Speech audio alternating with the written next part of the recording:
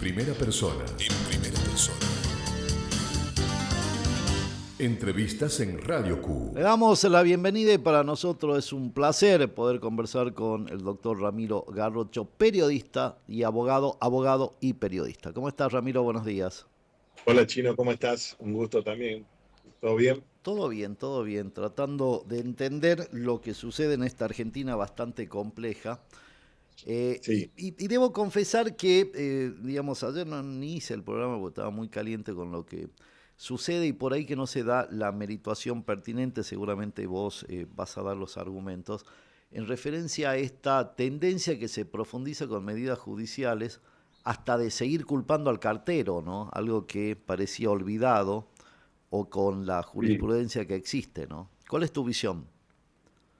Mira, va de suyo que está absolutamente claro que lo que ha planteado el gobierno y lo que está buscando desde el punto de vista judicial no tiene ningún sustento desde el punto de vista legal, constitucional. No soy yo la persona que puede profundizar eso, pero está clarísimo si hablaste o leíste a cualquier especialista de cualquier lado de la grieta, si quieres llamarlo de alguna manera, que no diga que esto que está buscando el gobierno, que es la censura previa o que ha planteado el gobierno y que un juez cuestionado se la ha concedido, es absolutamente inconstitucional y que más tarde o más temprano va a terminar siendo, bueno, volteado o por algún tribunal superior o incluso hasta por el mismo juez.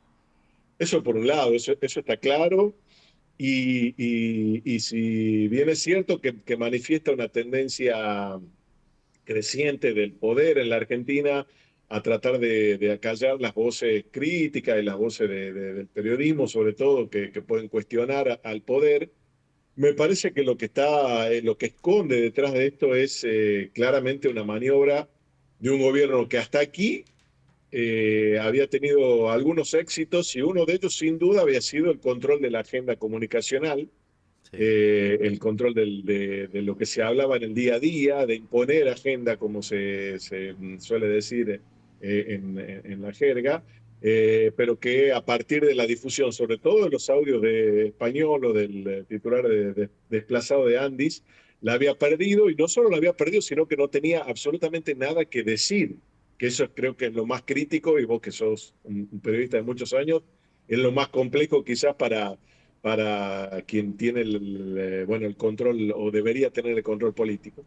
Y me parece que lo que han intentado hacer, y hay que decirlo con algún éxito hasta ahora, es desviar el debate sobre el fondo del tema, que es audios de un exfuncionario de extrema confianza del presidente Javier Milei, que en una charla, no se sabe bien con quién, dice que hay un operativo o un modus operandi de maniobras con la connivencia, con pago de coimas en el medio, y que esas coimas van directamente a la secretaria general de la presidencia, que no es ni más ni menos que la hermana del presidente.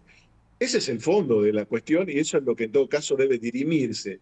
Llevamos 2 o 3 días discutiendo si el derecho, si se difunden, si los audios, si no audios, si lo pasan a las radios locales, en Uruguay o lo que fuere. Y el fondo de la cuestión es bastante más grave que eso. Me parece que en eso el gobierno se ha tirado encima de la granada, ha tratado de postergar, porque el gobierno tiene también, creo que por impericia propia, una prueba de fuego el domingo con la elección en Buenos Aires.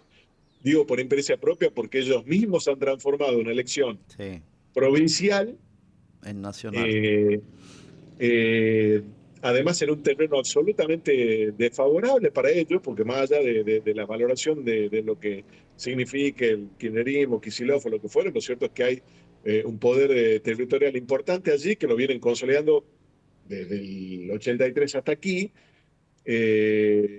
y que ellos han decidido enfrentar a eso jugándose todas las fichas a esa historia, con muchas posibilidades de perder.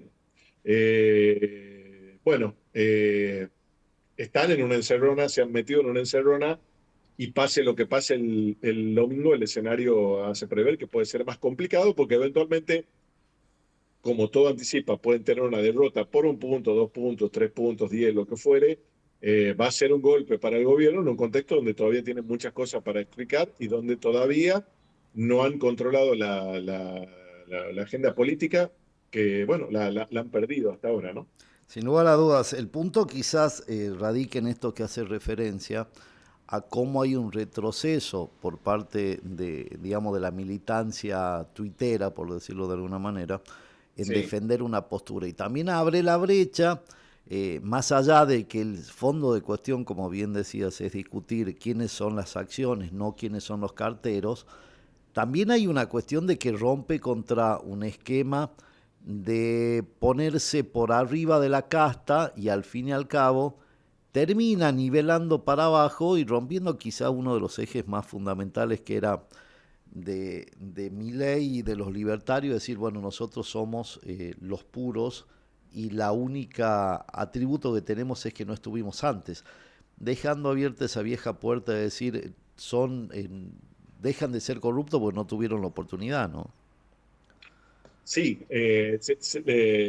le quita a esta historia a Milei una bandera esencial, que es esto que vos decís, que vos seguramente, no te escuché en profundidad en algunas cosas, pero seguramente te conozco hace mucho y lo habrás dicho, y muchos vienen planteando que es que ese discurso tiene inconsistencias en hasta el propio armado del gobierno, porque Mm. el armado del gobierno está hecho con gran parte de lo que Milei calificó como casta, los Menem, Scioli, el armado territorial en muchas provincias con referentes del PRO, del radicalismo, lo que fuere. No estoy denostando a esa No, gente, para estoy diciendo nada, que esa claro. gente lleva muchos años de gestión pública y lo que termina comprobando esto es que el trabajo político, el trabajo de la función pública es un trabajo que requiere de profesionales Mm. y desnostar a la profesionalidad de la política, que no es una mala palabra, es precisamente habilitar a que cualquiera, improvisado, haga bueno, aparentemente se cuestiona. Y yo creo que el problema más grave que tiene el gobierno hoy en esta crisis es que la persona que está apuntada El hermano, sí. es la hermana y además es la que el propio presidente llama el El jefe. jefe, sí. Porque en otra crisis, y hemos vivido un montón en la Argentina, Es tarda más, fusible, tarda sí. menos, pero el que decide, el que está en la cabeza de arriba, dice, bueno, muchachos, hasta aquí llegó, Mm. te quiero mucho, pero necesitamos seguir, hace un paso al costado. Milei no puede hacer eso. Ujú. O si lo puede hacer, si lo hace, lo va a hacer con un costo tremendo, que es entregar nada más y nada menos que al jefe o a Sí, su hermano. claro.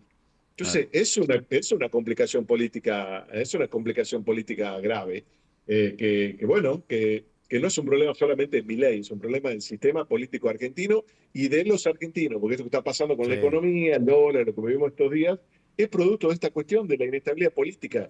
No es solamente el kirchnerismo. Quejarse de las operaciones políticas es como quejarse de que salir a la calle y los autos pasan fuerte a la par tuya, No, no, digamos. sí, es Te- irracional hasta los planteos. Me llama la atención que por ahí te das cuenta que no encuentran el eje para responder, porque terminar diciendo ayer casi en cadena nacional, Bullrich, de que se trata de una conspiración de Venezuela y Rusia, eh, por, eh, es absolutamente increíble. Y sumado a Tobillino, sí. digamos, y se arma un Sí, combo. de Santiago, pasás de Putin a Santiago del Estero Pero, sin tocar digamos, piedrita, es digamos. absolutamente inverosímil y en todo caso lo que tendría que hacer el Estado con la monumental estructura de inteligencia que Sí. tiene es demostrar que eso efectivamente es así, poner la prueba y se acaba la discusión. No, y El problema aparte, es que digamos, más allá, recién al principio, después hablé con Alfredo Dato, básicamente la inconsistencia hasta en el mismo planteo, de decir los audios de tal día, o sea que los anteriores y los posteriores se lo puede pasar, de que estén, digamos, es uno que conoce o que pasilló por el Estado. ¿Sabes que con pedirle a la secretaria que te muestre la agenda, sabes quiénes estuvieron reunidos y tienen el día donde se grabaron los audios? No es tan complicado. no solo eso, Chino, sino Ah, que vos sabés, porque probablemente fuiste por tu labor ah, periodística de muchos años, a mí me tocó ir varias veces, entrar a la Casa Rosada claro, no es o al fácil. Congreso, Ah, no es que vos entras y saludás. ah, Tenés que pasar por una serie de filtros, dejar el documento, ah, cámara, fotos, huellas digitales. Es muy complejo, digamos, no entra cualquiera. mm, Y entra alguien con venia de quien tiene que No, y autorizar. aparte, ¿a dónde vas? Pues no es, Claro, claro, tenés que claro. determinar a dónde vas. Pero Eh, además de eso, Chino, si a vos, yo hoy vengo y digo, mira, Chino, la verdad que vos sos un ladrón, mm, porque yo te he visto que vos te estabas sacando las bolsas de ahí abajo de tu radio, y vos no sos ladrón y eso no ha pasado, automáticamente decimos eso no es cierto. ujú, Y bueno, demostrame que no es cierto. Hasta aquí el gobierno lleva 15 días, 2 semanas, donde le han dicho, ustedes cobran coimas, Karina mm, Milei cobra coimas, y en ningún momento han dicho, che, eso no es cierto. sin duda. Sí, No es buscan cierto. llevarlo por otro lado. Y aparte No con es el cierto. temor de saber que fue grabado y qué dijo para poner fecha exacta de que no quiero que pasen esas grabaciones. Eh, Claro, digamos, digamos, están complicados. eh, Eso es real. El problema, insisto, no es Milei, no es Karina, el problema es el sistema político argentino, la sociedad argentina, porque gran parte de la sociedad argentina confió y confía aún en Milei, eso también hay que decirlo. Y todas estas cuestiones lo que único que suman a futuro, en el escenario futuro, es mucha incertidumbre, y eso no es bueno para nadie, para nadie. crisis, Este, desempate y fracaso, amigo. Parece que es la absolutamente, secuencia absolutamente. permanente. El último minutito, ¿cómo estás viendo lo de Tucumán? Curioso también este escenario. Yo anoche analizaba y decía, bueno, voy a tratar de escribir algo como tratando de explicar a la gente, usted cree que está votando por tal, pero en realidad está haciendo tal cosa. Es curioso, por lo menos, ¿no? Usted cree que esto es oposición, pero no están ahí porque le dijeron que no. Todo es complejo para explicarlo.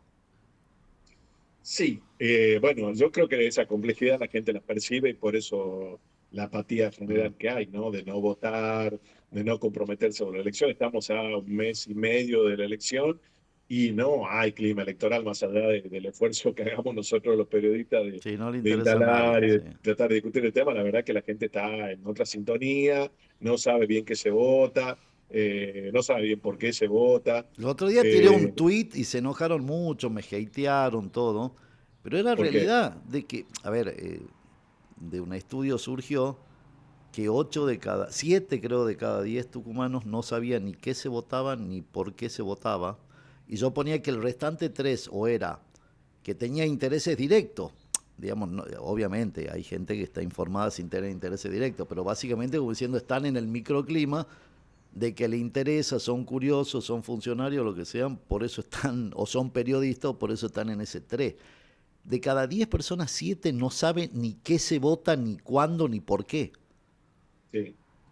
Sí, eso es un dato también de nuevo preocupante en términos de cómo funcionamos como sociedad. Yo creo que la Mm, gente debería comprometerse y ver bien. Pero de todas maneras, este dato de la política de Tucumán no es nuevo, ¿no? mm, La discusión de las elecciones nacionales hace tiempo en Tucumán que vienen pasando por otra cosa que no es la elección nacional. sin duda. Desde los tiempos de Alperovich hasta aquí, siempre se ha discutido, se pone en juego el poder local, las figuras locales o la discusión de si va este o no va el otro. Eso le cabe tanto a la oposición como al oficialismo, ¿no? Pero bueno, es el sistema político. Yo insisto, y más allá del enojo, del análisis y del malestar, yo creo que la gente tiene que comprometerse y analizar y ver, porque hay muchas opciones, Mm. digamos, y las opciones están. El tema es que hay que conocerla y profundizar. Y después, si a alguno no le gusta, bueno, manifestarlo con el voto, con el enojo, con el blanco, lo que fuere, pero hay que expresarse y la única forma de expresión que tenemos por ahora es el voto. Ramiro, te agradezco la comunicación. Mil gracias y abrazo grande. Te mando un saludo a toda la familia, un abrazo. Chao. Pasa